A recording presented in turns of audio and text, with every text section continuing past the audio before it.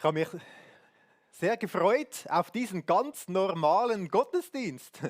Es ist der speziellste Gottesdienst, den wir hatten in den vielen letzten Jahren, weil er ganz normal ist. Und ich freue mich auch gewaltig, dass wir hier heute einfach alle zusammen hier sein dürfen. So etwas Wunderschönes, wenn die Gemeinde zusammenkommen kann und es gibt keine Einschränkungen und es ist alles möglich, alles possible. Ich finde es auch mega cool. Es gibt, glaube ich, so wie zwei Gruppen. Die einen, die haben sich so richtig gefreut, jetzt sind diese Maßnahmen weg und wir können uns wieder frei bewegen und ohne Masken und Zeug und Sachen. Es gibt, glaube ich, auch Leute, die sind vorsichtig, die fragen sich jetzt, ja, was passiert jetzt? Wie fühlt sich das an? Ist das überhaupt klug, wenn man das macht? Und die sind froh, wenn sie sich auch weiterhin schützen können. Und ich freue mich, dass wir heute hier mit beiden Gruppen zusammen hier sind. Also auch diejenigen, die gerne eine Maske tragen wollen, ich ermutige euch, macht das, dass ihr euch so richtig wohlfühlt und hier sein könnt und den Gottesdienst genießen könnt. Und auch die anderen. Ich freue mich einfach, dass wir heute zusammen so hier sein können in dieser Form. Zu diesem Thema, es ist ja interessant, dass gerade heute wir mit diesem Thema unterwegs sind. Wir sind ja in dieser ganzen Serie, es gibt auch das Booklet dazu, es liegt auch noch hinten auf, geht heute schon dem Ende entgegen. Und das Thema, das heute drankommt, ist, wie wirkt der Heilige Geist im Gottesdienst? Und es ist schön, dass wir gerade heute, wo wir normal Gottesdienst feiern können, über den Gottesdienst nachdenken zusammen. Es ist ja auch spannend, wir könnten ja diese ganze Serie über den Heiligen Geist und erwartungsvoll auch so machen, dass wir die Texte aus der Bibel herauspicken, die dann besonders gut passen. Aber wir haben genau das Gegenteil gemacht. Wir haben einen Text genommen, 1. Korinther, Kapitel 12 bis 14 und gehen hier einfach schön Schritt für Schritt vorwärts. Und offensichtlich ist das Thema Gottesdienst in diesem Zusammenhang ein ganz wichtiges Thema. Und wir haben ja nicht nur dieses Thema, sondern eben auch das Motto über den heutigen Tag gelegt, All is possible Sunday. Ich warte zwar noch auf den Moment, wo wir wie Supermans durch die Welt fliegen können, das wäre schon noch cool. Im Traum ist das manchmal möglich. Deshalb All is possible. Wenn ich an mich denke, da merke ich schnell, dass es viele Grenzen hat. Aber wenn ich an Gott denke, dann merke ich, bei ihm ist das heute wirklich so. Ihm ist alles möglich. Und ich weiß nicht, wie du heute hier hingekommen bist, was dich bewegt, was dich beschäftigt und wo du vielleicht auch heute dich danach sehnst oder dir wünschst, dass Gott eingreifen möge, dass er etwas verändern möge, dass er wirkt in deinem Leben. Und wir sind heute auch hier, um zusammen zu sagen, hey, dieser Gott, an den wir glauben, er kann heute etwas bewegen und bewirken und einen Unterschied ausmachen, weil dieser Gott, ihm ist wirklich, wirklich, wirklich alles möglich.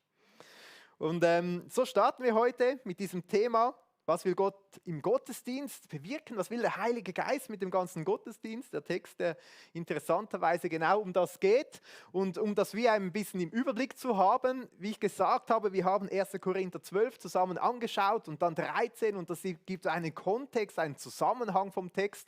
Und wir wollen ja miteinander in der Bibel lesen und schauen, was hat Gott uns zu sagen in seinem heiligen Wort. Und es ist schon spannend. Gerade zu diesem Thema erwartungsvoll und voll vom Heiligen Geist und so, da hat es ganz viele Unterthemen. Also es beginnt wirklich damit, dass Gott uns den Heiligen Geist schenkt, dass er uns erfüllen will, dass er durch uns wirken will. Das heißt im Römer 5,5, dass die Liebe Gottes ausgegossen ist in unsere Herzen durch den Heiligen Geist. Wir haben darüber nachgedacht, wie der Heilige Geist uns auch Begabungen schenken möchte, Charismen, so Gnadengaben, so übernatürliche Fähigkeiten. Vielleicht nicht, weil sie manchmal schon, aber manchmal auch nicht so gewaltig irgendwie wirken, sondern weil sie etwas Geistliches auslösen, etwas Übernatürliches, weil sie Glauben wecken. Also so Gaben, die der Heilige Geist schenkt. Wir haben verschiedene von diesen gelesen, darüber gesprochen, über Prophetie, prophetisches Wort, Hilfeleistungen, Sprachenrede und so weiter.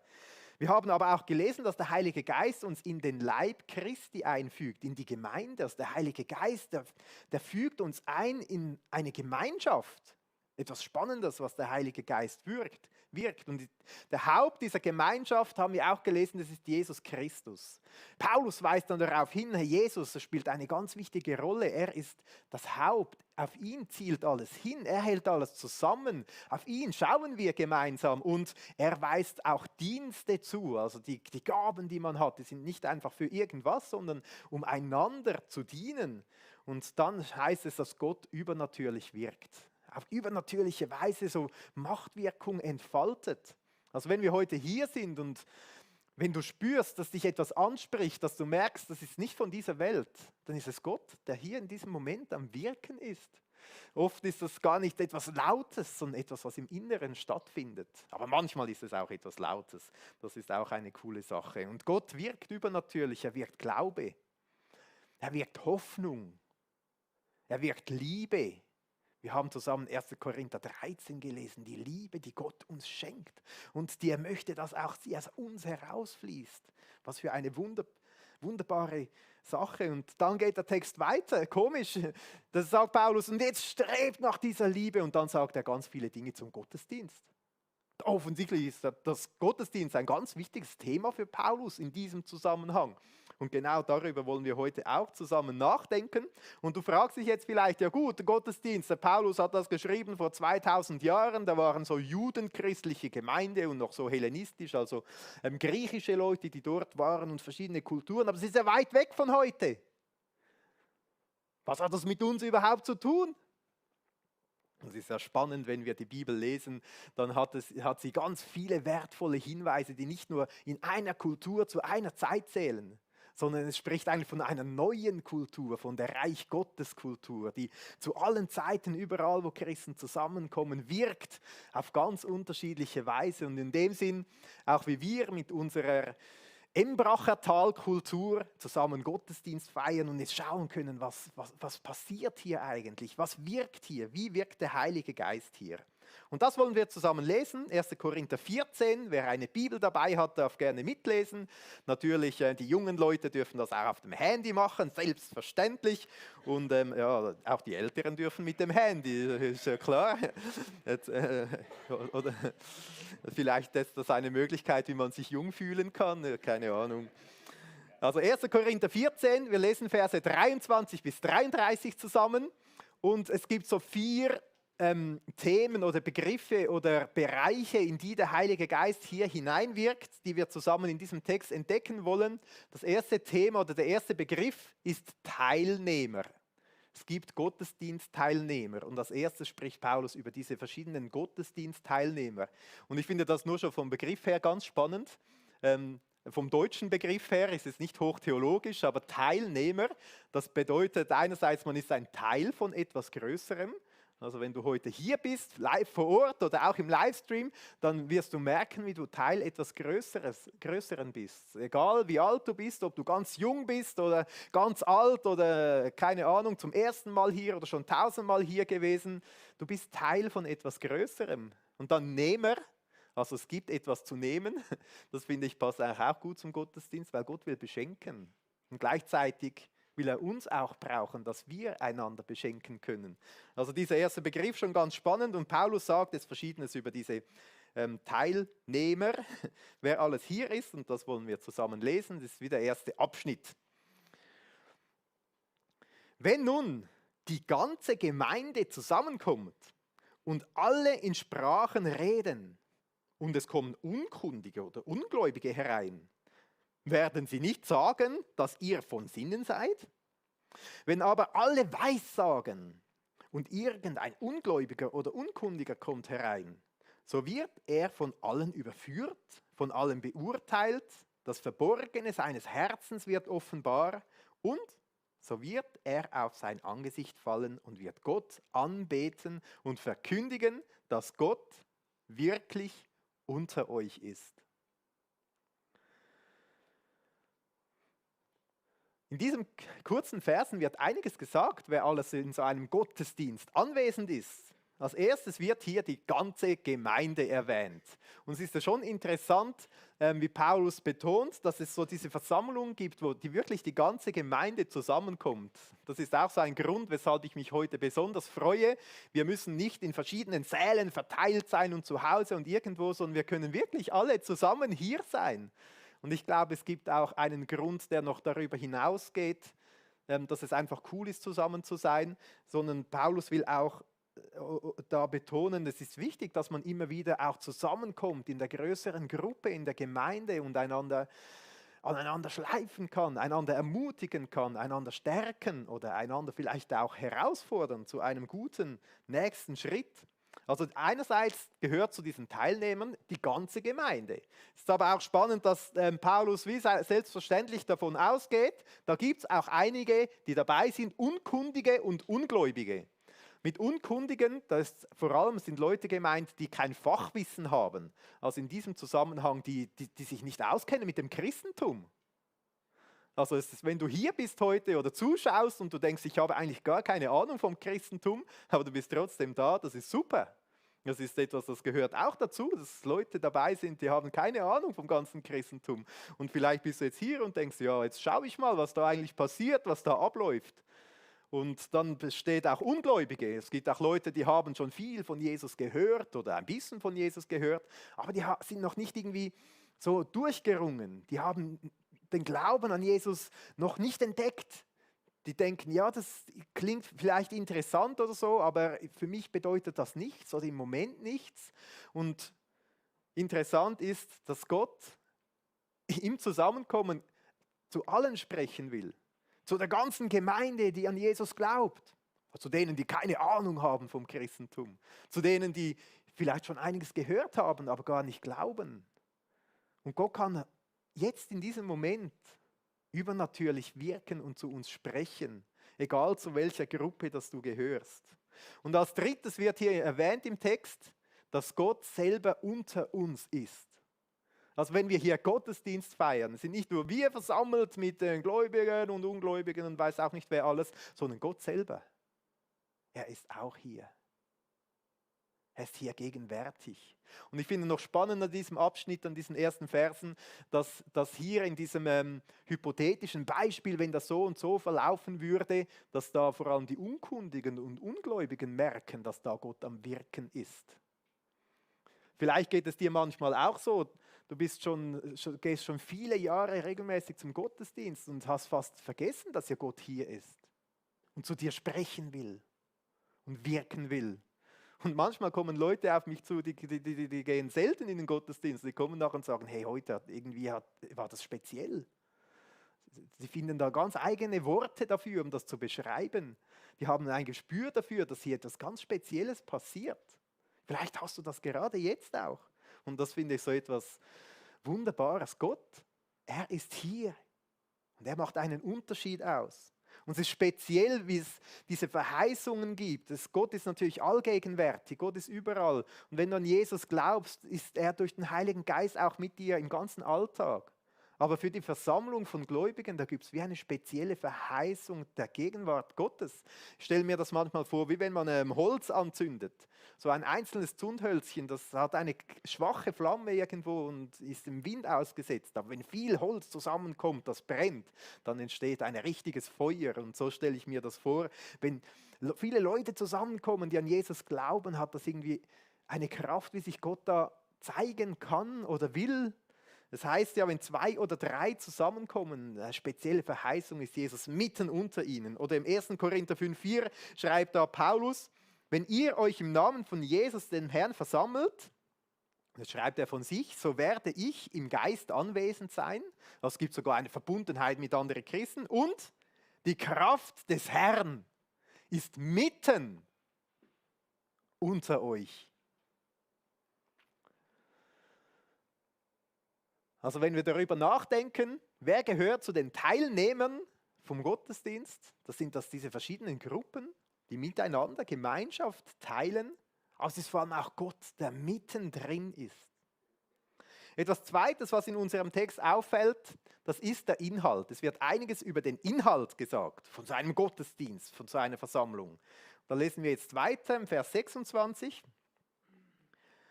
Da heißt es, was ist nun, Geschwister? Wenn ihr zusammenkommt, so hat jeder einen Psalm, hat eine Lehre, hat eine Offenbarung, hat eine Sprachenrede, hat eine Auslegung. Also da werden jetzt exemplarisch ein paar Dinge aufgezählt, was alles hier ist. Und es ist schon spannend, wir haben vorher von den Teilnehmern geredet, dass alle ein Teil davon sind. Manchmal gehen Leute zum Gottesdienst und denken, ja gut, die auf der Bühne, wir haben da eine coole Band, die hat Musik gemacht, haben wir heute richtig Frauenpower und dann Moderation und noch 2, 3 weitere, der Pastor, der auf der Bühne steht. Aber Paulus hat ein anderes Bild. Er hat das Bild, dass jeder, der hier ist, der an Jesus glaubt, mit dem Heiligen Geist erfüllt ist, ein Teil ist vom Gottesdienst. Und jeder hat etwas beizutragen. Ist ja schon spannend. Also wenn ich zum Gottesdienst gehe, dann denke ich nicht, ja, was haben die heute mir zu bieten?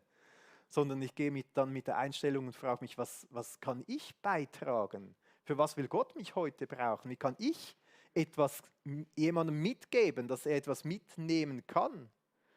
Und vielleicht denkst du jetzt, ja, das klingt gut, wie kann ich etwas mitgeben, aber fühlst dich selber im Moment sehr schwach oder hast viele Herausforderungen und denkst, ja, heute kann von mir sicher niemand etwas mitnehmen. Aber ich denke, Gott will alle brauchen. Und ich erlebe das selber oft so, wenn ich nach Hause gehe nach einem Gottesdienst und ich habe gemerkt, wie ich jemanden ermutigen konnte oder so, dann erfüllt es mich selber mit Freude, egal ob ich gerade sehr stark mich fühle oder sehr schwach.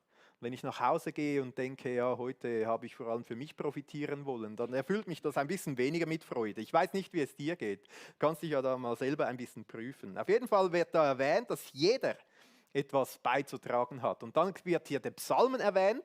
Das könnte einerseits sein, dass man wirklich zusammen Psalmen, also aus diesem Psalmenbuch, aus der Bibel zusammen singt oder einander vorliest. Aber das Wort Psalmen wurde damals auch gebraucht für mit Saitenspiel begleiteter Gesang. Also mit anderen Worten, es gibt Worship in der Gemeinde. Man singt zusammen. Man singt zusammen, um Gott anzubeten, so wie wir das heute hier machen. Und es ist ja schon so, dass wenn wir darüber nachdenken, dass wir merken, wie Gott auch in diesen Gesang, diesen Worship, dieses Psalmensingen brauchen will, um zu wirken auf übernatürliche Art und Weise. Wir haben ganz am Anfang von unserer Serie im Epheser gelesen, wo es heißt, werdet voller Geist, indem ihr zueinander in Psalmen und Lobliedern und geistlichen Liedern redet und dem Herrn mit eurem Herzen singt und spielt. Also irgendwie ist im gemeinsamen Gesang Gott auf eine spezielle Art und Weise gegenwärtig. Und es geht dabei nicht nur darum, dass ich jetzt mit meinem Herz Gott anbete, sondern es geht auch darum, dass wir einander diese Wahrheiten zusingen. Und wenn wir uns selber gar nicht danach fühlen, geht es auch darum, dass wir diese Wahrheiten proklamieren und merken, dass es nicht zuerst um meine Gefühle geht, sondern dass Gott beginnt, etwas in mir zu bewegen und zu verändern. Also in dem gemeinsamen Worship ist da Gott auf spezielle Art und Weise gegenwärtig. Dann wird Lehre erwähnt. Das ist, was wir jetzt machen. Wir lesen in der Bibel und schauen, was hat das uns heute zu sagen. Dann werden Offenbarungen oder Prophetien erwähnt. Das ist jetzt spannend. Also offensichtlich gehört es auch zum Gottesdienst, dass man einander mitteilt, was Gott uns aufs Herz legt. Dass wenn er irgendwie ein Bild hat, einen übernatürlichen Eindruck, irgendetwas uns sagen möchte, dass man das miteinander teilt. Dass man das nicht für sich behält. Wir werden uns dann gleich im Anschluss an diese Predigt auch Zeit nehmen, wo wir miteinander so Ermutigungen oder Bilder oder etwas, was Gott euch aufs Herz legt, dass wir das miteinander teilen könnt. Also wenn du jetzt hier siehst und merkst, hey, Gott spricht jetzt zu dir in dein Herz. Und es ist nicht nur für dich, sondern Gott will auch, dass du es teilst. Dann hast du nachher die Möglichkeit, hier nach vorne zu kommen und das weiter zu sagen. Und Sprachenrede wird dann noch erwähnt. Wenn Leute in Sprachen reden, die niemand versteht, die aber der Heilige Geist so bewirkt. Also bei den Korinthern war das gang und gäbe, so wie Paulus schreibt. Bei uns ist das eher nicht so gang und gäbe. Also ich habe das ehrlich gesagt noch gar nie erlebt, dass jemand hier auf die Bühne gekommen ist und so in Sprachen geredet hat und dann war ja aber jemand da, der hat es auch ausgelegt. Aber wenn wir die Bibel ernst nehmen, und das wollen wir auch, dann darf das möglich sein. Und wenn Gott durch den Heiligen Geist so wirken will, dann darf er das selbstverständlich tun. Also mit anderen Worten, wir haben hier ein paar Beispiele, wie Gott wirkt in der Gemeinde, im Gottesdienst. Die Aufzählung könnte noch weitergehen. Es ist keine vollständige Aufzählung. Die Bibel beschreibt auch andere Dinge, Lebensberichte, die Leute geben zur Ermutigung zum Beispiel. Oder wenn man zusammen Abendmahl feiert oder allgemein Essen teilt, das werden wir nachher auch noch machen, miteinander Essen teilen, ist sehr gut. Oder Taufe oder Gebete und andere Dinge, die im Gottesdienst passieren, Worte der Weisheit und Erkenntnis und so weiter, in denen Gott wirkt. Aber eines wird klar, der Inhalt, das Spezielle ist, dass es nicht menschlicher Inhalt ist, sondern dass Gott diese Dinge nimmt und etwas Übernatürliches daraus macht. Also Inhalt, inspiriert, es ist inspiriert. Und das ist ja cool. Ich weiß nicht, wie es dir geht. Ich selber mag manchmal sehr kurz nur der Predigt zuhören. Vor allem, als ich etwas jünger war, so nach 5 Minuten war schon langsam Schluss. Aber interessant, Gott kann in diesen 5 Minuten schon zu mir sprechen. Und dann bewege ich das und nehme einfach das mit, was da passiert ist. Wenn wir jetzt weiterlesen, schauen wir, etwas typisch für den Gottesdienst ist, es ist Erbauung. Also die Leute aus dem Bauwesen, die finden das jetzt besonders cool. Es ist nämlich wirklich ein Wort, das eigentlich aus dem Bauwesen kommt. Es geht darum, dass etwas gebaut wird. Und natürlich im Gottesdienst, da bauen wir jetzt nicht am Gebäude weiter. Also ihr müsst nicht euch extra mit Arbeitskleidern anziehen, wenn ihr zum Gottesdienst kommt, logisch. Sondern es geht darum, dass Menschen erbaut werden, auferbaut. Und da können wir uns auch fragen, ja, wie heißt es da im Text? Wir lesen da im 1. Korinther 14, Vers 26, alles geschehe zur Erbauung. Alles. Ist noch spannend. Also auch wenn ich am Morgen hereinkomme und jemanden begrüße, dann darf das ruhig erbauend sein. Wenn wir zusammen beten, wenn wir nachher plaudern bei der Kaffeebar, es darf alles zur Auferbauung sein. Und das finde ich so ein schönes Bild in der Bibel, dass Gott bauen will, dass Gott seine Gemeinde bauen will. Die Bibel zeigt klar, dass Gott derjenige ist, der seine Gemeinde baut. Aber er will uns, wie als seine Mitarbeiter brauchen, damit seine Gemeinde, sein Reich gebaut werden kann. Und ich finde es auch ein schönes Bild. Einige von euch wollen ja gerne anpacken und so. Da darf man wirklich im Reich Gottes darf man anpacken. Und einige von euch identifizieren sich vielleicht mehr dann mit dem Bild, ja gut, wir sind so wie Steine, die eingefügt werden in dieses Bauwerk. Es heißt an einer Stelle auch, wir sind der Tempel des Heiligen Geistes, also man darf das auch so vor Augen haben. Und ich finde das auch ein cooles Bild, weil es zeigt, wie so eine Mauer entsteht. Vielleicht bist du schon vor vielen Jahren zum Glauben gekommen und bist eingesetzt worden in diese Mauer. Und wenn man dann eingesetzt wird, dann liegt man ja oben drauf und die anderen tragen einem. Und dann passiert etwas. Dann kommt der nächste Stein. Und dann kommt noch einer. Und noch einer. Und plötzlich merkt man, dass man nicht mehr der Oberste ist, sondern dass man es selber gebraucht wird, um auch andere zu tragen. Und gleichzeitig wird man mitgetragen. Also es ist so etwas Schönes an diesem Bild. In der Gemeinde braucht es jeden, um andere zu tragen, aber auch um selber getragen zu werden. Also wir sollen eingebaut sein in dieses Bauwerk. Und diese Erbauung, gerade dieses Bild zeigt auch, dass das etwas ist, was nach innen geht, dass man sich gegenseitig erbaut im Glauben, aber auch nach außen geht, dass immer wieder neue Steine aufgebaut werden können. Und wenn wir von diesen Gnadengaben reden und all diesen Dingen, denkt man zuerst, das ist für untereinander, für unter den Christen. Aber das Bild, das Paulus zeigt, ist, es geht auch darum, dass das Reich Gottes wachsen kann und erbaut wird. Das heißt auch, neue Leute dazukommen. Also es geht auch ganz klar nach außen, diese Erbauung. Und im Text haben wir ganz verschiedene Beispiele, wie das passieren kann. Also das Erste, was hier steht, ist, dass Leute kommen und wenn sie alle diese Sprachen hören, die wild seien und so, dann sagen sie, ihr seid ja von Sinnen. Und so soll es eben nicht sein, sondern im Gegenteil, das, was hier passieren soll, soll eben verständlich sein. Also diese rhetorische Frage im Vers 23 muss man beantworten. Nein, es soll verständlich sein. Also deshalb geben wir uns Mühe, dass wenn wir reden, dass wir so reden, dass man möglichst das versteht, egal ob man ein Unkundiger oder ein Ungläubiger oder ein Teil der ganzen Gemeinde ist, dass es möglichst verständlich ist, damit es dann auch zur Erbauung dient. Dann im Vers 24 haben wir gelesen, dass es dazu führen kann, dass Menschen überführt und beurteilt werden. Mit anderen Worten, dass sie merken, oh, in meinem Herzen, in meinem Leben gibt es Dinge, da brauche ich wirklich Gott. Da brauche ich seine Vergebung.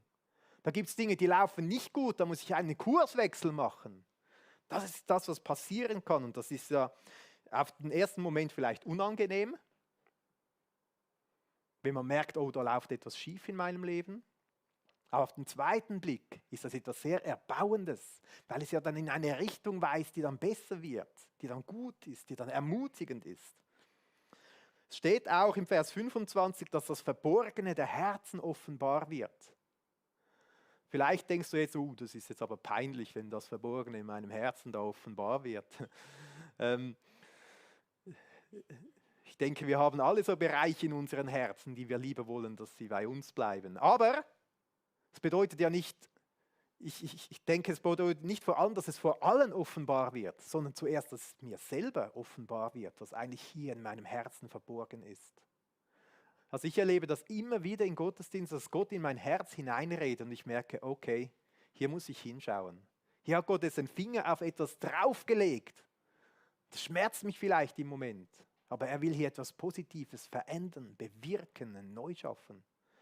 Und wenn du hier bist und merkst, Gott spricht in dein Herz und es ist vielleicht unangenehm im Moment, weil du etwas merkst, das nicht gut ist, dann ist es zur Erbauung, dass das Nicht-Gute weg kann und dafür etwas Gutes kommen kann. Vers 25 heißt, dass man dann aufs Angesicht fällt und Gott lobt und preist. Also es kann dann bedeuten, diese Auferbauung, dass wir zusammen Gott loben und ihn preisen. Im Vers 31 heißt, das lesen wir dann gleich noch, aber dort heißt, dass alle zusammen lernen sollen. Also die Botschaft von Jesus kennenlernen, dass man mehr darüber erfahren kann. So funktioniert auch diese Auferbauung. Und dann heißt es auch, dass man ermahnt oder getröstet oder ermutigt wird.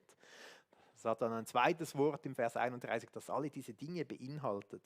Also mit anderen Worten, all diese Dinge, die hier geschehen, sind zur Auferbauung gedacht. Und dann das vierte, was in diesem Text vorkommt, ist der Friede. Es ist interessant, dass Paulus dann spezifisch den Frieden erwähnt. Finde ich eigentlich noch cool. Paulus meint damit nicht vor allem, dass einfach kein Streit herrscht, sondern er meint, dass der Friede von Gott hier wirkt unter uns und in unsere Herzen hinein, dass wir den Frieden von Gott erfahren und erkennen dürfen.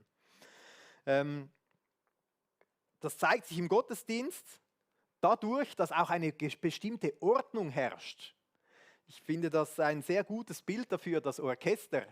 Einige von euch wissen, ich habe meine erste Ausbildung Musik gemacht und klassische Musik und Orchester und so, das gefällt mir sehr.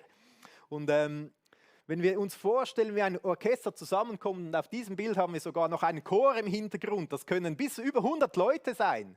Stellt euch vor, die kommen zusammen und jeder nimmt sein Stück mit, das er zu Hause spielt, so solistisch, und dann ist er vor dem Publikum und sagt, jetzt zeige ich denen, was ich kann, und spielt sein Ding los. Und alle machen das. Es gibt ein Chaos, oder? Da ist nichts von musikalischem Reichtum oder von Schönheit oder von Ergriffenheit. Im Gegenteil, das ist schrecklich, das ist ein Lärm. Da laufen die Leute so schnell wie möglich wieder weg. Gut, moderne Musik, da könnte man es. Aber lassen wir das mal. Ein Orchester, und manchmal oder meistens, vor allem bei großen Orchestern, immer eigentlich hat es einen Dirigent. Der macht gar keine Musik. Also man hört nichts von ihm normalerweise, aber er dirigiert, er leitet an, er schafft Ordnung, er schaut, dass alle im gleichen Rhythmus sind, dass man ein gleiches Thema, ein gleiches Motiv zusammenspielt, und dann wird ein unglaublicher Reichtum plötzlich hörbar und erkennbar und es trifft das Herz und es ist wunderschön. Und so stelle ich mir das auch im Gottesdienst vor, wenn das ein Chaos ist und jeder steht auf und will sich zeigen und so, das gibt einen Lärm. und wenn Ordnung herrscht, dann kann ein richtig großer Reichtum auch entstehen. Und genau das spricht Paulus hier an, das hat mit diesem Frieden zu tun. Wir lesen das zusammen, die Verse 27 bis 33. Hier heißt es denn: Wenn nun jemand in einer Sprache redet, so sei es zu zweien oder höchstens zu dritt und nacheinander, und einer lege es aus. Wenn aber kein Ausleger da ist, so schweige er in der Gemeinde, rede aber für sich und für Gott. Von den Propheten aber sollen 2 oder 3 reden und die anderen sollen urteilen. Wenn aber einem anderen, der da sitzt, eine Offenbarung zuteil wird, so schweige der Erste. Denn ihr könnt einer nach dem anderen alle weissagen, damit alle lernen und getröstet werden. Und die Geister der Propheten sind den Propheten untertan. Denn Gott ist nicht ein Gott der Unordnung, sondern des Friedens. Gott ist ein Gott des Friedens. Was für eine wunderbare Sache. Es ist auch spannend, in diesem Abschnitt auch wieder kommt jeder, alle, das kommt immer wieder vor. Alle können etwas beitragen. Das ist logisch, je größer eine Gemeinde ist, desto weniger können prozentual auf der Bühne etwas beitragen. Aber der Gottesdienst ist mehr als das, was auf der Bühne passiert. Der Gottesdienst ist alles, was hier passiert. Das Gebet vor dem Gottesdienst. Immer treffen sich einige Leute hier schon um 9:30, um zusammen zu beten, um einzuheizen quasi, dass schon eine geistliche Temperatur hier ist. Wie wertvoll. Jeder kann etwas beitragen. In den Gesprächen einander ermutigen, füreinander beten. Vielleicht hast du etwas, ein Wort der Erkenntnis oder so, das nicht für alle bestimmt ist, aber für jemanden. Wie wunderbar, dass Gott alle gebrauchen will. Von vorne, von hinten, aus der Mitte, nachher, vorher, an all diesen verschiedenen Punkten. Und dann nennt Paulus einige ganz praktische Beispiele. 2 werden jetzt hier exemplarisch genannt, die für die Korinther sehr wichtig waren. Und wir schauen diese auch an, wir wollen aber auch etwas daraus mitnehmen, was wie allgemeingültig ist. Und das Erste, was allgemeingültig ist, es soll verständlich sein. Das Zweite ist, Paulus spricht davon, dass alle mündig sind. Jeder soll selber prüfen und schauen, was das jetzt zu bedeuten hat oder macht. Man soll nicht einfach hier sitzen und alles aufsaugen, sondern im Gegenteil, den Verstand einschalten und mitdenken und das mitnehmen, was gut ist, und das sein lassen, was schlecht ist. Und Paulus sagt auch, es soll in einem gewissen Rahmen stattfinden. Als erstes Beispiel nennt er hier die Sprachenrede. Das ist wichtig, dass das 1, 2 bis 3 Leute sein sollen und nur, wenn es jemand auslegen kann, weil sonst ist es ja Lernen, der niemand versteht. Das bedeutet, dass jemand in Sprachen spricht und alle denken, was bedeutet das? Aber einer ist vom Heiligen Geist begabt und kann sagen, das hat das und das und das und das bedeutet. So ist die Auslegung dann. Das zweite Beispiel, das hier genannt wird, die Offenbarung oder Prophetie, dass jemand etwas auf dem Herzen hat, was Gott ihm sagt, und das soll er dann weitergeben. Aber auch nacheinander, ordentlich, sortiert, sodass es verstanden wird und erbauend ist. Und dann ganz spannend, sagt Paulus auch, aber alle anderen sollen urteilen oder prüfen.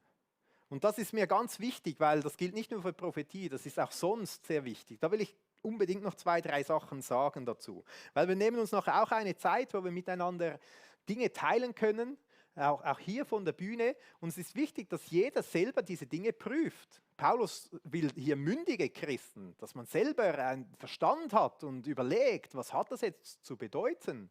Ist das von Gott inspiriert oder spricht hier mehr der eigene Geist? Und gerade dieser Abschnitt gibt verschiedene Punkte, wie wir das überprüfen sollen. Das erste, einfach von all diesen biblischen Beispielen, die wir kennen, finde ich ganz wichtig, dass wir unterscheiden zwischen der Prophetie und der Interpretation. Ein Beispiel aus dem Alten Testament, da hat zum Beispiel der Pharao einen Traum, Gott hat ihm etwas gezeigt, aber er hat keine Ahnung, was es bedeutet. Oder? Er kennt diese Geschichte vielleicht bei Josef und so, und der Josef kommt nachher und kann ihm sagen, was die Interpretation ist. Ich erlebe das immer wieder, dass Gott so etwas zeigt oder ein Bild gibt oder etwas sagen will, und dann ist aber die nächste Frage, ja Gott, was bedeutet das? Ich frage das Gott oft, wenn ich den Eindruck habe, er will mir etwas sagen, dann frage ich, ja, aber was bedeutet das jetzt? Und manchmal schenkt er in dem Moment auch ein Verständnis dafür, was es bedeutet, und manchmal nicht.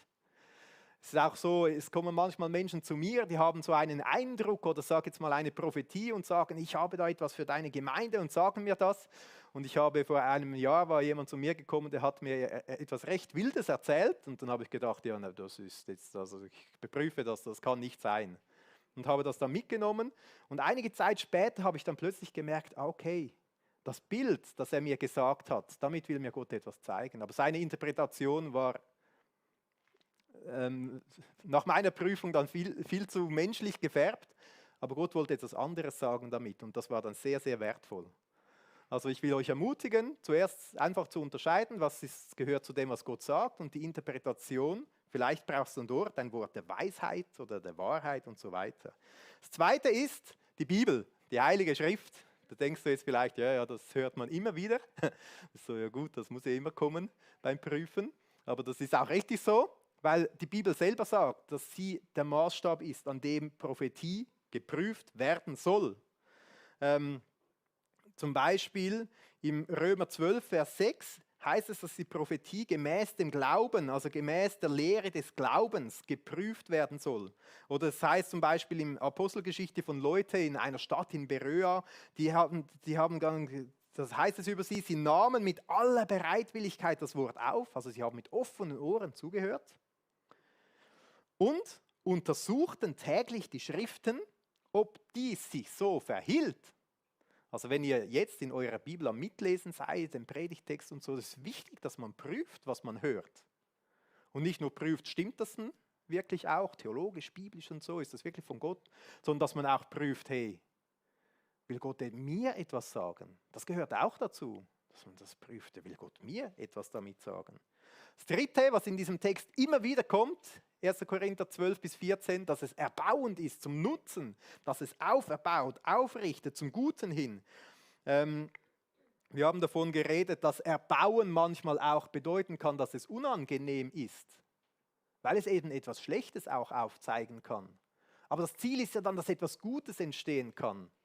Also es soll erbauend sein, es soll zu Gott hinführen. Ganz zentral im Bibeltext ist Liebe. Paulus sagt, ohne Liebe ist die ganze Prophetie einfach für den Abfallkübel. Es ist einfach nichts, er sagt nichts. Also wir fragen uns ja gut, ist es in Liebe? Ist es aus Liebe oder einfach aus Selbstprofilierung, wie das bei den Korinthern war? Und dann etwas Fünftes auch noch, das ist etwas, das brauche ich ganz häufig. Wenn ich unterwegs bin und das Gefühl habe, Gott hat jetzt zu mir gesprochen, dann frage ich mich als erstes, ja, ist das jetzt ein ganz natürlicher Gedanke von mir? Oder wenn ich merke, das ist ein Gedanke, auf den wäre ich selber gar nicht gekommen, dann ist für mich die Wahrscheinlichkeit sehr hoch, dass das Gott geredet hat. Ein ganz, ganz kleines Beispiel.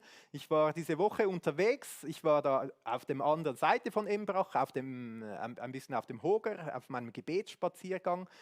Ich sage dann manchmal, ich gehe auf den Heiligen Berg. Ich mag das, so, weil viele Leute in der Bibel sind immer auf den Berg gegangen, um zu beten. Und dann gehe ich auf den Heiligen Berg von Embrach. Und dann bin ich da runtergefahren, hier rüber Richtung Büro. Und als ich hier gefahren bin, hatte ich den Eindruck, dass Gott mich nochmals ins Gebet auf den Heiligen Berg jetzt auf der anderen Seite schickt. Dann habe ich geprüft, also ich selber bin sicher nicht auf diese Idee gekommen. Dann habe ich gedacht, gut Gott, dann gehe ich. Und dann bin ich hier auch noch raufgefahren auf den anderen Heiligen Berg ins Gebet. Also ich finde, das ist eine gute Prüfungsgrundlage. Es kann auch sein, dass Gott durch ganz normale Gedanken spricht, logisch. Aber oft erlebe ich es so, wenn Gott etwas spricht, manchmal denke ich sogar, das ist eigentlich eine doofe Idee oder so, weil es im Moment unlogisch erscheint oder was auch immer, aber ich merke, hey, das kommt jetzt nicht von mir. Auf das wäre ich gar nicht gekommen. Und dann ist das für mich so, okay, dann muss ich genauer hinschauen, dann will ich genauer hinschauen. Ich möchte zum Schluss das zusammenfassen. Wir haben diese 4 Begriffe. Teilnehmer, wir teilen zusammen, wir nehmen etwas, wir geben einander, dass der andere etwas nehmen kann. Inspirierter Inhalt. Der Heilige Geist wirkt durch das, dass er all diese Dinge nimmt und sie inspiriert, dass er etwas hineingibt. Dann haben wir gehabt Erbauung. Der Heilige Geist wirkt, indem er uns gegenseitig erbauen will. Und der Friede von Gott, dieser soll sich ausbreiten. Gott ist ein Gott des Friedens. Und das soll hier gegenwärtig sein. Und ihr seht schon diese 4 Buchstaben, T-I-E-F, tief. Also ich würde sagen, der Heilige Geist wirkt ganz tief in uns hinein, in einem Gottesdienst. Wenn es ein Wort als Antwort braucht, dann ist es tief. Tief. Vielleicht ist das auch ein gutes Wort für dich, um mitzunehmen, und beim einem nächsten Gottesdienst denkst du dann, tief. Wie war das jetzt tief? Teilnehmer, stimmt. Es gibt verschiedene Leute, die hier sind. Wir sind ein Teil vom Ganzen. Und du denkst, jetzt haben wir da Worship auf der Bühne. Bitte Gott, ich will ein Teil davon sein, ich will sehen, was du Inspiriertes wirkst hier dadurch. Oder erbauen, dass du fragst, ja gut, ich will nicht nur über irgendwas tratschen bei der Kaffeebar oder so, sondern ich überlege mir, wie kann ich den anderen ermutigen, erbauen, aufrichten. Und der Friede Gottes, wie trage ich damit zu bei, dass der Friede Gottes sich ausbreiten kann? Wir möchten gleich jetzt uns Zeit nehmen mit dem Mikrofon hier. Vielleicht möchtest du etwas teilen, vielleicht sogar eine Prophetie. Vielleicht ist es aber einfach ein ermutigendes Wort, einen kurzen Lebensbericht, den du hattest, der zur Erbauung ist. Vielleicht hast du sogar auf dem Herzen, eine Sprachenrede zu machen und weißt, der kann es auslegen. Oder wir probieren dann aus und fragen, versteht es jemand, hat jemand diese Gabe? Und sonst bitten wir dann Gott, dass er diese Gabe schenkt. Was dir Gott aufs Herz legt, wir wollen das Mikrofon jetzt freigeben, aber ich möchte gleich auch noch beten, um einfach das Ganze auch Gott hinzulegen. Danke vielmal, Vater im Himmel, dass wir heute so zusammen Gottesdienst feiern können, als ganze Gemeinde, so wie du dir das auch vorstellst. Danke auch, dass du hier mitten unter uns gegenwärtig bist. Und es ist oft so vielseitig, wie du sprichst, wie du unsere Herzen berührst, wie du diese verschiedenen Dinge im Gottesdienst brauchst, vorher, nachher, untereinander, in diesen verschiedenen Elementen. Und wir bitten dich für diesen Gottesdienst heute, dass das, was du uns sagen willst, was du uns zeigen willst, wo du uns erbauen willst, ermahnen vielleicht, trösten, ermutigen, herausfordern, dass wir das verstehen dürfen und dass wir das mitnehmen dürfen und bewegen können. Danke Gott, dass dir alles möglich ist und dass du jeden von uns kennst und zu uns sprichst. Und wir bitten dich auch für die kommenden paar Minuten, wo wir miteinander auch teilen wollen, was du uns aufs Herz legst, dass du diese Zeit segnest durch deine Inspiration. Amen. Ich bleibe hier auf der Bühne, um das ein bisschen zu moderieren. Wir wechseln wieder auf Schweizerdeutsch und das Mikrofon kommt auch schon dazu. Und jemand darf jetzt den Anfang machen und seinen Mut zusammennehmen und dafür kommen, dass ich nicht mehr alleine auf der Bühne stande. Wie gesagt, es ist ein ermutigendes Wort, vielleicht ein Bibelvers, ein kurzer Erlebnisbericht, etwas, wo Gott euch aufs Herz legt, zum Teilen, zum anderen erbauen, trösten, herausfordern. Das Mikrofon ist da frei.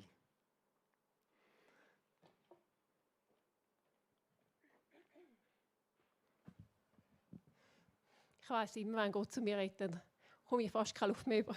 Dann fängt es an zu pöppeln, ja. Das habe ich manchmal auch, ja. Etwas, was mir in dieser Serie Gott mega zu mir geredet hat, ist seine Liebe.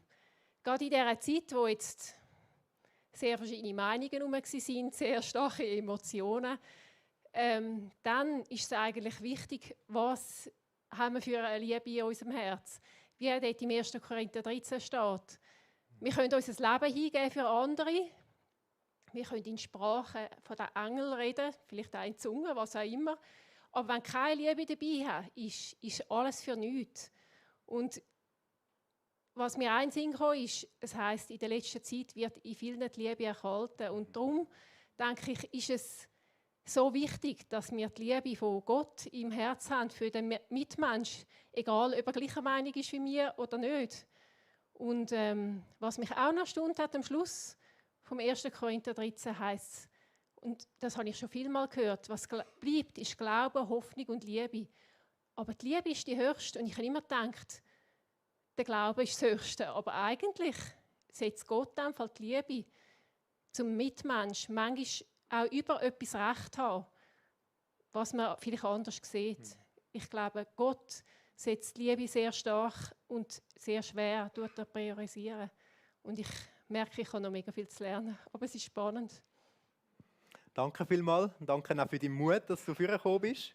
Das Mikrofon ist auch weiterhin frei. Ich möchte euch aber auch ermutigen, prüft das auch. Und das bedeutet nicht nur, schaut jetzt, stimmt es anhand der Bibel oder so, ist das korrekt, sondern prüft auch, was will Gott dir vielleicht ganz persönlich damit sagen. Ich finde, das ist fast ein wichtiger Teil beim Prüfen. Was will Gott dir sagen? Genau, ich darf momentan mega merken, wie Gott mich im Militär brauchen und auch sehr herausfordert. Ja, ich bin Gott. Also meine Vision ist eigentlich, dass eben im Militär da gibt's also Heilungsgebet kann man dort mega lernen, weil jeder hat irgendwie ein Rückenproblem, Fußproblem, Knieschmerzen und so. Und da bin ich Gott mega am herausfordern. Also ja, wir sind uns gegenseitig ein bisschen am herausfordern.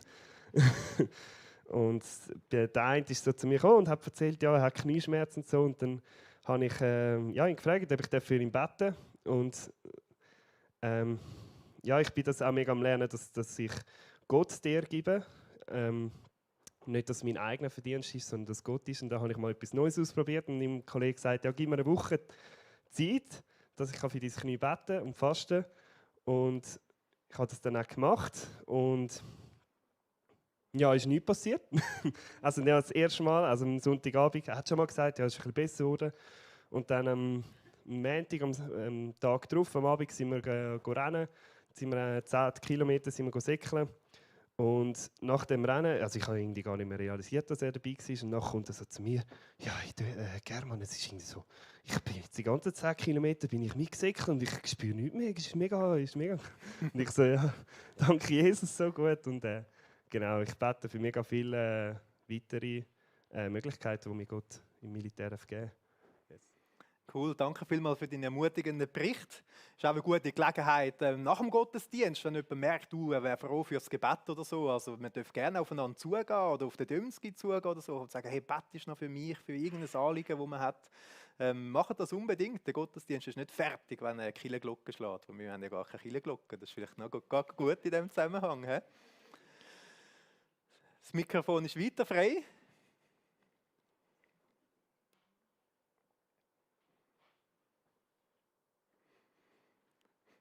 Kannst du gerne schon vorher hocken, Roger?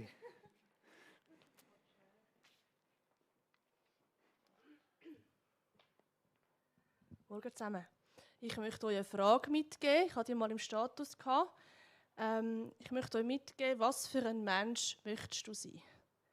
Nehmt diese Frage mit, auch ins Gebet, die das möchten. Ich glaube, das macht mega viel mit uns. Danke vielmals, Sarah. Also, manchmal hat Gott auf dem Herz, dass man jemandem einfach so eine Frage mitgibt. Prüft das bitte.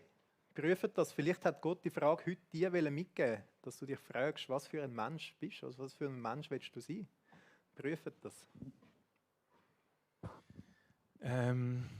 Ich habe noch selten ein WhatsApp geschrieben während dem Gottesdienst, aber heute war es möglich gewesen. Gott hat mir gesagt, ich soll jemandem ein WhatsApp machen. Das dürfen wir, gell?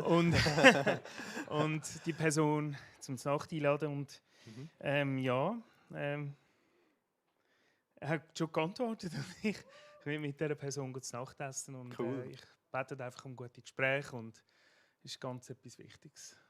Was ich auch noch sagen will, ist, wenn ich kann ja viel mit dem Velo arbeiten und das Velofahren ist eigentlich wirklich noch gut, wenn man jetzt so, also Embrach-Zürich ist etwa eine halbe Stunde und dann nehme ich mir auch mal Zeit, einfach zu beten und ja, das ist eigentlich auch die Zeit, wo ich halt wirklich nicht abgelenkt bin oder außer im Straßenverkehr natürlich, aber ein bisschen muss ich schon auf den Straßenverkehr schauen und ja, das ist meine Zeit. Danke vielmals, Roger. Also auch eine Ermutigung für uns, dass wir die Zeit im Alltag nutzen, wo wir unterwegs sind oder wo auch immer, dass wir dort auch mit Gott im Gespräch sein können. Wir haben weiterhin auch die Möglichkeit, in anderen Gottesdiensten miteinander Sachen zu teilen, Lebensbericht, was Gott uns aufs Herz legt und so weiter. Wir pflegen das ja auch schon seit einer Zeit. Darum, wenn du jetzt etwas noch auf dem Herz gehabt hast, dann darfst du das auch nächsten Sonntag oder einen der kommenden Sonntag mitbringen. Ich darf die Band führen bitten, dass sie weiterhin mit uns Musik teilen, dass wir miteinander auch Psalmen und geistliche Lieder und so weiter singen, dass Gott auch da dadurch wirken kann. Ich möchte die Zeit jetzt aber auch gerade noch mit einem Gebet abschließen. Danke Gott, dass du zu uns redest. Auf ganz vielfältige Art und Weise. Und auch gerade jetzt haben wir da auf der Bühne verschiedene Sachen gehört, wo du zu uns reden willst. Und es ist nicht alles für alle, aber es ist alles sicher für jemanden. Und ich bin auch sicher, dass du Gott heute jedem von uns etwas mitgeben willst. Darum hilf uns, dass wir prüfen, nicht nur ist richtig, falsch, was auch immer, sondern dass wir auch uns selber prüfen. Gott, was willst du reden? Auch durch den Lobpreis und das, was wir singen. Und hilf uns, dass wir das bewahren können. Amen.